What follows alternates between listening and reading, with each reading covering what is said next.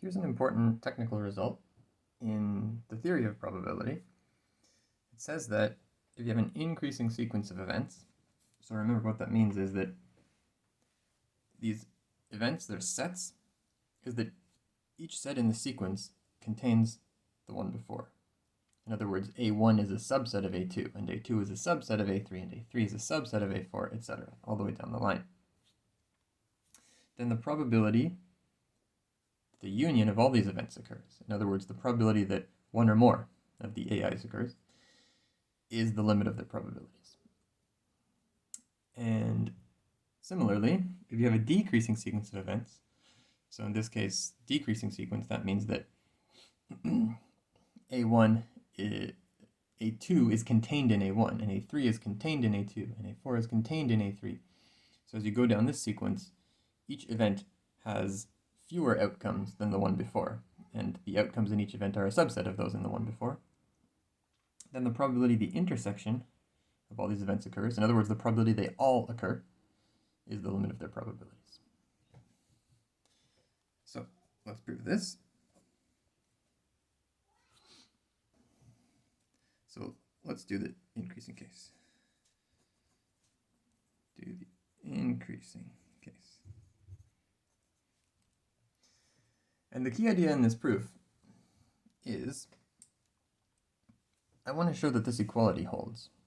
Now, if I look at this thing, it looks a lot like something in the third Kolmogorov axiom, the probability of an infinite union. And the third Kolmogorov axiom tells us the probability that an infinite union occurs, you can rewrite that as the sum of all the probabilities, so long as the sequence is mutually exclusive. The problem here is that we didn't assume the sequence is mutually exclusive, so it might not be. So what we have to do is make a new sequence where the union is the same, a new sequence whose union is the same as this sequence of AI from I equals 1 to infinity, but that is mutually exclusive. So we're going to make a new sequence that is mutually exclusive.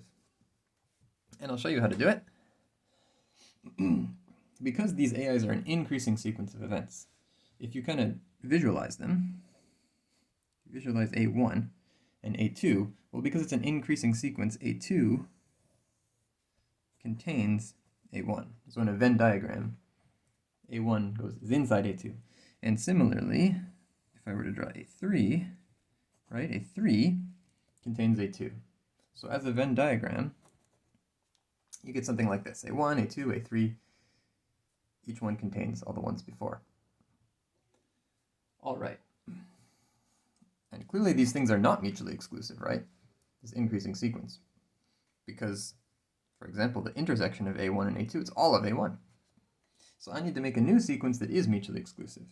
And to do it, I'm just going to do this. I'm going to let E1 be equal to A1. So I'm going to shade E1 that way. I'm going to let E2 be equal to A2 minus A1. So I'm going to take A2 and remove from it anything that's in A1. So if I were to shade E2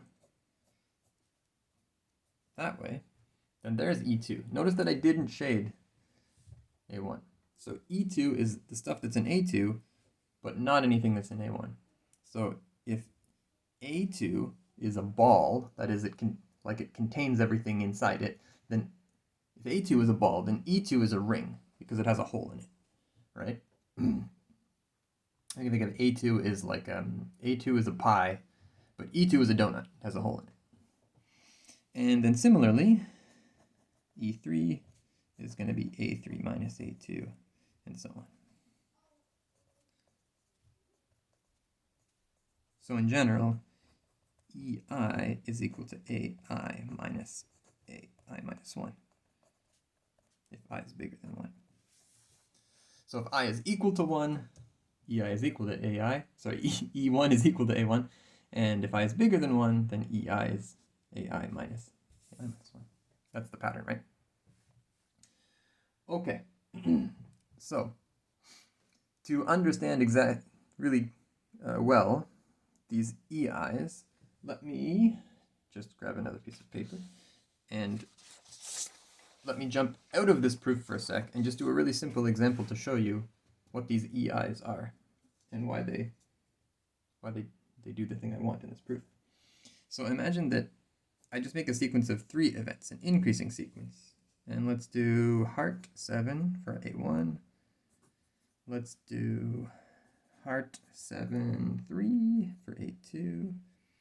And let's do, how about heart 7, 3, and PQ for A3. So this is just an increasing sequence of 3 events, right? It's increasing because if I look at A2, well, that's a subset of that, that's a subset of that. So at every stage, the one before in the sequence is a subset of the one after. So there's an increasing sequence. So if I construct this new sequence of E's from these A's in the same way I'm doing in this proof, E1 is equal to A1, so same thing. But E2 is equal to A2 minus A1. So I take A2 and I remove from it anything that's in A1. So E2 is just a set containing 3. Similarly, E3, I take A3 and I remove from it anything that's in A2. So here I remove the heart, the 7, and the 3, so I just have P and Q. So the key point here is to notice that if I union up these 2 sequences, so note that the union of all the AIs, in this case there are only 3 of them, it's this, union this, union this. Because it's an increasing sequence, I just get A3. I get all of this stuff. Heart, 7, 3, P, Q. But if I union up all the EIs, I still get that same thing, right? Put this, union this, union this. Heart, 7, 3, P, Q. So the union of all 3 EIs is the same as the union of all 3 EIs.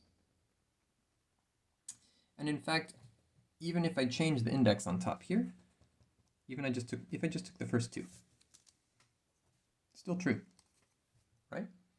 If I take the union of these 2, and if I take the union of these 2, I get the same thing. The union of all the EIs up to any point will include anything that appeared in any of the AIs up to that point, by construction of the EIs, because the EIs, a nice way to describe them is, EI is the set of all outcomes which appeared for the first time in EI, right?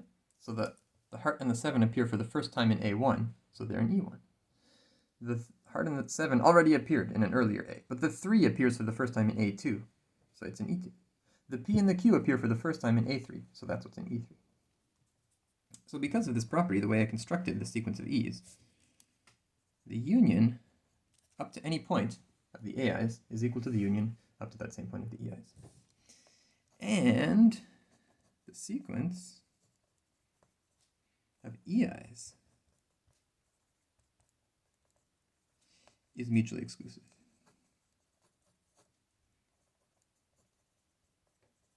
Great. So this is what we want. We have a sequence whose union is the same as the AIs, but it's mutually exclusive. And that means we can apply the third Kolmogorov axiom. Great. So, since the sequence is mutually exclusive, here's what we're going to do. We're going to take the probability of the union of all the AIs. So the probability of the union of all the AIs, and say, well, that's equal to the probability of the union of all the EIs. Now that's not because it's mutually exclusive. That's just because by construction, right? That's how the EIs were built, so that any of the outcomes in any of the EIs also appear, and any of the AIs also appear in one of the EIs. And now, because it's mutually exclusive, we can justify this step. We can apply the third Kolmogorov axiom. If you have the probability of a union of some mutually exclusive events, you can rewrite that as the sum of their probabilities. So since it's mutually exclusive, we can do that. Perfect. Now, to finish off the proof, we're actually almost done. Remember that an infinite sum, the definition of an infinite sum, it's the limit of the sequence of partial sums. So if I ask you to, what is this infinite sum? Well, the definition of an infinite sum is that you take the first term, what's that? You write it down. You take the first two terms and you add them. What's that? You write it down. You take the first three terms and you add them. What's that? You write it down. And you continue this process. And these numbers you get by adding up finitely many terms are called partial sums. And you get this sequence of partial sums. If that sequence has a limit, that's what the infinite sum is. You say the infinite sum converges to that value. So, just using the definition of an infinite sum, this is the limit from I of the sum from I equals 1 to n of the probabilities of all the EIs. Right? So this just says I add up the first n of these probabilities, and I write an expression for what I get, and then take the limit as n goes to infinity. Cool. So right, that's the definition of an infinite sum from Cal 2. Now, let's actually sort of thread this in here so it looks neat. There we go. To continue, okay. So now that we have this guy, well, remember that here we have a sum of a bunch of probabilities, and these EIs are mutually exclusive. So actually, I'm going to apply the third Kolmogorov axiom again, but I'm going to apply it, in the other direction. The sum of a bunch of probabilities is the same as the probability of the union of those events. So just, what did I do? Just take a look at this and ignore the limits for a second. I have the probability of a union of some mutually exclusive events equal to the sum of their probabilities. That's the third Kolmogorov axiom, applied in the other direction. So here I rewrote the probability of a union as the sum of the probabilities. Here I rewrote the sum of probabilities as a probability of a union. Here for finitely many events. And the third Kolmogorov axiom is written for infinitely many, but it also applies for finitely many. And now, look at this. We have the probability of the union of a bunch of the EIs. But if I take the union of a bunch of EIs, I just get AI. I just get, in fact, here I get AN. Why is that? Well, look, back at our example here. If I union up the first two, what I'm getting is all the outcomes that appeared in the sequence of AIs for the first time in either the first or the second one. And because these are an increasing sequence, that's just all the stuff in the second one. In other words, the union of these two is just that. The union of these three is just that. In general, the union of the first I of the E's is equal to AI. You can also understand that by just looking at this Venn diagram, right? If we union together the first, this little ball in here, along with the first, say, I rings, we just get AI. As we're adding these outcomes to these outcomes to these outcomes, etc. Good. So formally, the union of the first n of the EIs is just equal to AN. And now we are done, because we wanted to show the probability of the union of the AI is equal to the limit of their probabilities. But that's actually what we did, right? So now we have it. We put everything in frame. The probability of the union of all the AIs is the limit of their probabilities. I have the letter N here, but it doesn't matter what letter I use. I could use N, M, K, Z, or I. The meaning of this expression doesn't change based on what letter I choose for my little index that's going to infinity. So there it is. The probability of the union of all the AIs is the limit of their probabilities when you have an increasing sequence of AIs.